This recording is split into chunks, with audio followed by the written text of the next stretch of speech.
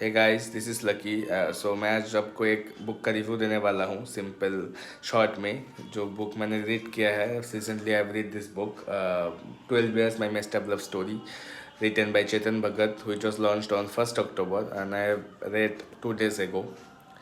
सो आप जैसे मैंने ये बुक ख़रीदा था, ऑर्डर किया था चेतन भगत के रिसेंटली जो पहले प्रीवियस बुक्स थे उसको पढ़कर, जैसे 400 डेज, रूम नंबर 105, एक प्लांट मर्डर और वन इंडियन गर्ल। वो सब बुक्स मुझे बहुत पसंद थे क्योंकि वो जैसे एक्सप्रेस किया गया था। जब मैं वो सब बुक पढ़ रहा था चेतन भगत के, तो मुझे ऐसा लग रहा था कि मैं इमोशनल रोलर कोस्टर राइड कर रहा हूँ।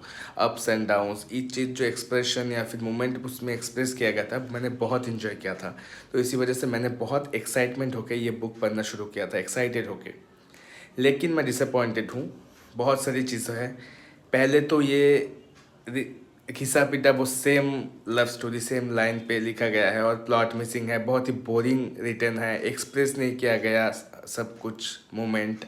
जैसे for an example, one Indian girl पे एक सीन था जहाँ पर बीच पे इंटीमेट सीन था between Neel and the girl. वो सीन अगर आप पढ़ोगे बुक तो 76 पेज में ऐसा कुछ था, वो 77 पेज में था वो एक्सप्रेशन, जो वो स्टोरी था। इतना अच्छा एक्सप्रेस किया गया था, आप उसमें घुस जाओगे, मतलब फील करोगे कि आप हो वहाँ पर रियली। यहाँ पर जो इंटीमेसी सीन एक्सप्रेस किया गया है वो कनेक्ट ही नहीं हो रहा किसी भी तरीके से।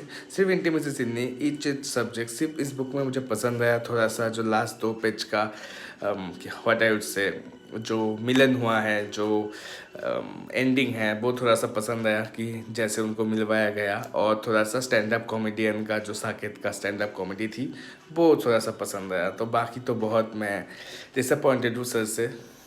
आई होप कि नेक्स्ट जब बुक लिखेंगे तो उसमें इम्प्रूव कर देंगे। तो मेरा बहुत ख़राब एक्सपीरियंस है इस बुक के साथ। आप कमेंट पे बताओ कि आपको कैसा लगा ये बुक।